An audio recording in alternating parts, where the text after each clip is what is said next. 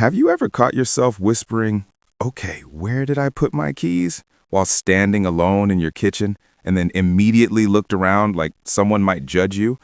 Or maybe you've been driving, replaying an argument out loud, delivering the perfect comeback to an imaginary audience of one, and in that tiny moment, a thought flashes across your mind. Wait, am I weird? Most people assume that talking to yourself is a sign that something's off, that it's childish or worse, unstable. We've been trained to associate speaking out loud with needing an audience. Conversation implies two people, so if there's only one, something must be wrong, right? But here's the psychological reality. Talking to yourself is often a sign that your brain is working very hard, sometimes even brilliantly. Let me show you why. Imagine your brain as a busy office. Different departments are constantly communicating. Memory, emotion, planning, impulse control, imagination. Most of the time, this communication happens silently. But sometimes, when things get complicated or emotionally charged, the office gets noisy. And when that noise builds up, your brain does something fascinating. It turns thoughts into sound. When you talk to yourself, you're not losing it. You're externalizing your inner dialogue. You're giving structure to the chaos inside your head. Psychologists call this private speech, and research suggests it starts way earlier than adulthood.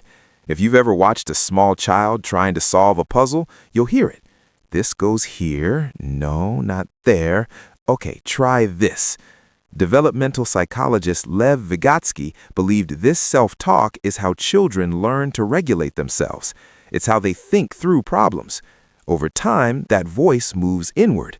It becomes silent, but it never really disappears. Some of us just let it back out again.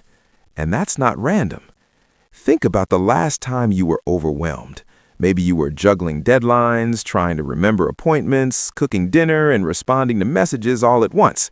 Your thoughts probably felt like a crowded highway at rush hour, saying, "Okay, first email, then dinner, then call mom," can feel like flipping on traffic lights. Suddenly, there's order.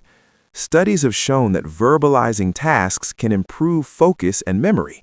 In one experiment, participants searching for objects found them faster when they said the object's name aloud. Saying banana helped the brain tune in to the banana. It's as if speaking narrows the spotlight of attention. So when you mutter, "Phone, phone, phone, where's my phone?" you're not being strange. You're recruiting more of your brain's resources. But self-talk isn't just about organization. It's also about emotion. Have you ever whispered to yourself, "It's okay, calm down," or maybe, "You've got this"? That's not silly. That's self-regulation. When you talk to yourself in the second person, saying you instead of I, something interesting happens. Research suggests it creates psychological distance. It's like you become both the coach and the player. Instead of drowning in your feelings, you step slightly out them. Think about athletes. You'll often see them pacing, murmuring under their breath before a big moment.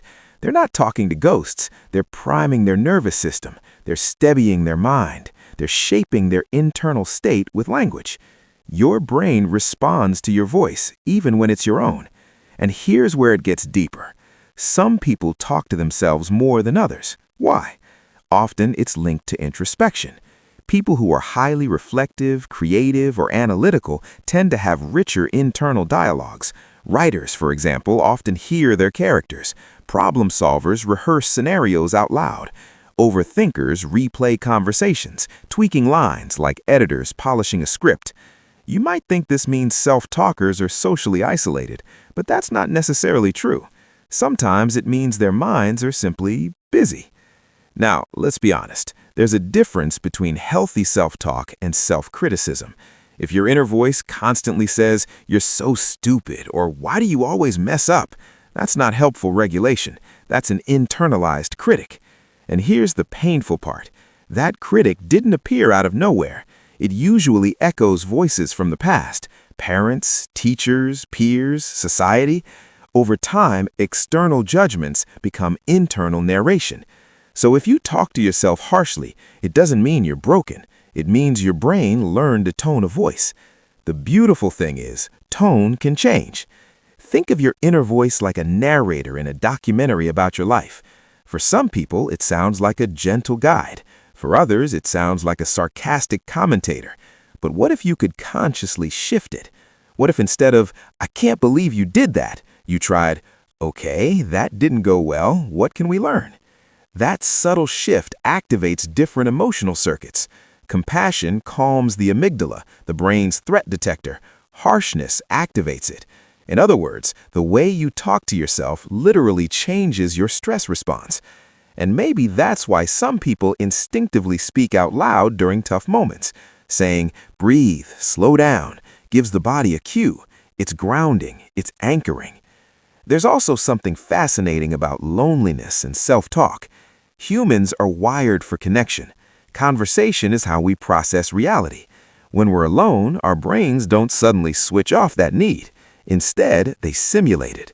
Talking to yourself can feel like creating micro moments of companionship, not because you lack friends, but because dialogue is how the human mind organizes experience. Philosophers have written about this for centuries. Socrates believed thinking itself was a form of internal dialogue, the soul talking to itself. When you speak your thoughts out loud, you're simply making that dialogue visible. And let's not ignore creativity. Have you ever brainstormed out loud? What if I did this? No, that's dumb. Unless that messy verbal experimentation is often where creativity happens. Silence feels rigid. Sound feels fluid. Words bouncing off the air create momentum. Some of the most creative minds in history were known for muttering to themselves while working. It wasn't eccentricity, it was cognitive scaffolding. But here's the twist. Sometimes we talk to ourselves because we're trying to feel seen. You might narrate your frustration out loud after a hard day. "That was so unfair." And even if no one answers, something inside relaxes. Why? Because expression validates emotion. Suppressed feelings stay tangled. Spoken feelings move. Your brain doesn't just want solutions, it wants acknowledgement. Now think about this. When you talk to yourself, whose voice do you use? Is it kind? Is it rushed? Is it patient? Does it sound like someone you love or someone you fear? The psychology of people who talk to themselves isn't about odd behavior. It's about relationship, the relationship between you and you. Some people avoid self-talk because silence feels safer. If you don't articulate the fear, maybe it's not real. But for others, putting words to the fear shrinks it. Naming anxiety reduces its power. There's neuroscience behind this too. Labeling emotions has been shown to reduce the activity of the amygdala. In simple terms, saying "I feel anxious" can make you less anxious. Language organizes emotion. And maybe that's why late at night, when the world is quiet, your thoughts get louder. You might whisper dreams, regrets, plans, tiny pep talks no one else hears. It's intimate, it's human. Of course, there's nuance. If self-talk becomes intrusive, distressing, or feels out of control, that's different. Mental health conditions can alter how internal dialogue works. But for the vast majority of people, occasional or even frequent self-talk is completely normal, often beneficial. In fact, it might mean you're deeply engaged with your own mind. So the next time you catch yourself saying, "Okay, let's try this again," instead of cringing, get curious. What are you trying to solve? What are you trying to soothe? What part of you is speaking? Maybe it's your planner organizing chaos. Maybe it's your inner child seeking reassurance. Maybe it's your future self nudging you forward. You are not strange for having a conversation with your own consciousness. You are witnessing your brain in action. And here's something quietly powerful. The voice you use with yourself shapes the life you experience. If your internal dialogue is chaotic and cruel, your world will feel heavier. If it's structured and compassionate, your world becomes steadier. You don't need to silence that voice. You need to refine it. Imagine treating yourself the way you would treat a close friend who's struggling. You wouldn't mock them for losing their keys. You'd say, "It's okay, let's retrace our steps." So why not offer that same tone inward? Talking to yourself isn't a flaw. It's a tool. It's your brain thinking out loud. It's your nervous system regulating itself. It's your identity forming in real time through language. It's self-connection. So maybe the real question isn't, why do I talk to myself? Maybe it's, what am I saying, and is it helping me grow? If this made you rethink that quiet voice in your head, I'd love to know. Do you catch yourself talking out loud often? Is your inner narrator kind, sarcastic, motivating? Let's talk about it in the comments. And if you're curious about the hidden psychology behind other everyday behaviors, stay with me. There's a lot happening inside your mind that deserves to be understood, not judged.